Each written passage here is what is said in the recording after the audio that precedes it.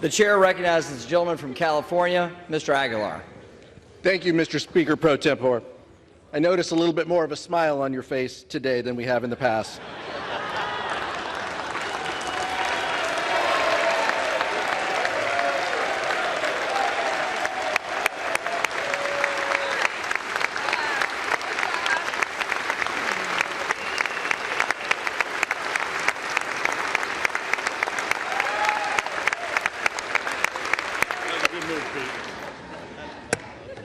Mr. Speaker, I rise today at the direction of the Democratic caucus to place into nomination for the position of Speaker of the House of Representatives, the Honorable Hakeem Jeffries from New York.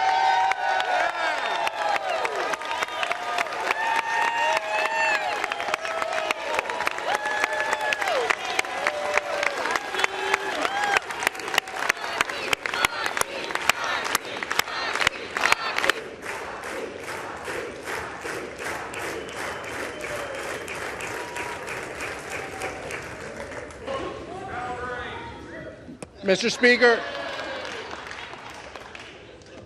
Speaker, you may agree with this, but we are back here 22 days into this Republican-manufactured chaos, and House Republicans have brought us to the exact same position that we were back then. All of the infighting, all of the disarray, just to end up where we were 3 weeks ago. These past few weeks, we have been left wondering if Republicans were truly intent on solving our issues, reopening the House of Representatives, and rallying around someone to lead this chamber. Or has this been about something else? Has this been about a focus of House Republicans to find the person who can pass their extreme litmus test to oppose marriage equality, enact a nationwide abortion ban without exceptions, gut Social Security and Medicare, and support overturning a free and fair election? It's a fair question. It's a fair question. No one.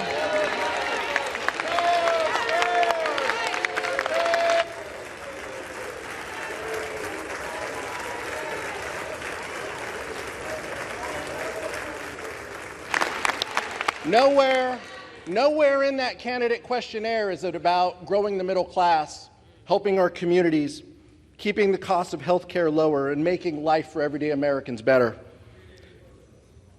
The gentlewoman from New York said it right. This has been about one thing.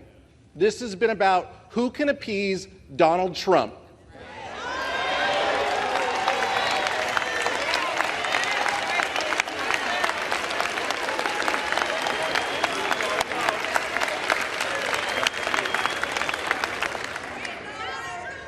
House Republicans have put their names behind someone who has been called the most important architect of the Electoral College objections. He's spearheaded, that's fair, we know how you feel. Yeah, you've made that clear.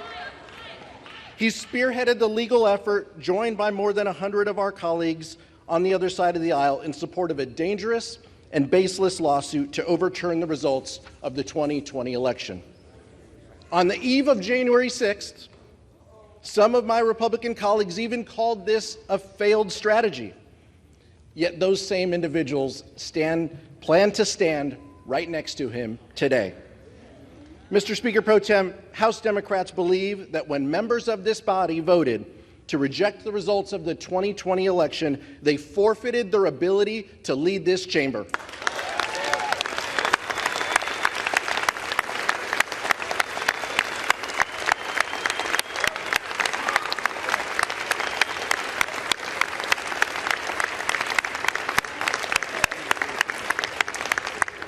On this side of the aisle, we know what leadership looks like. Hakeem Jeffries has never turned his back on the will of the American people. The son of two social workers, he's always stood by the side of working families. The most pressing needs of everyday Americans are his North Star. He believes that everyone in America should have the opportunity to get ahead and achieve their version of the American dream. He believes that access to affordable health care is a right, not a privilege. He believes that reproductive freedom must be guaranteed, not stripped away.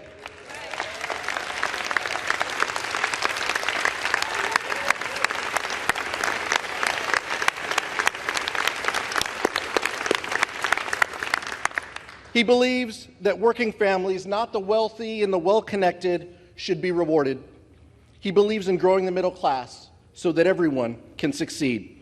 He believes that our schools and our communities should be safe and free from gun violence. He believes that investing in public schools, not depriving students of fact-based education by banning books.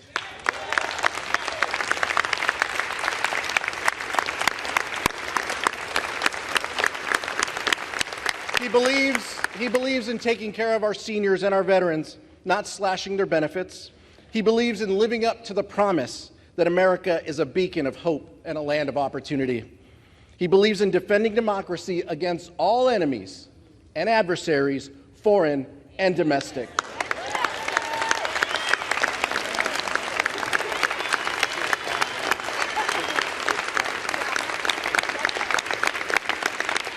He believes in standing by our allies, Israel and Ukraine.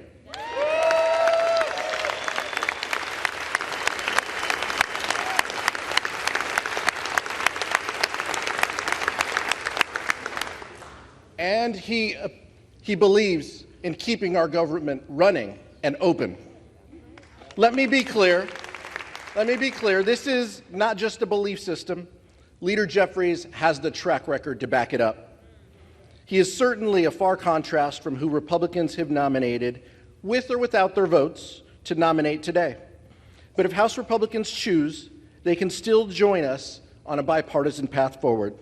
Let's come together to fund our government, support our allies abroad, and deliver for working families.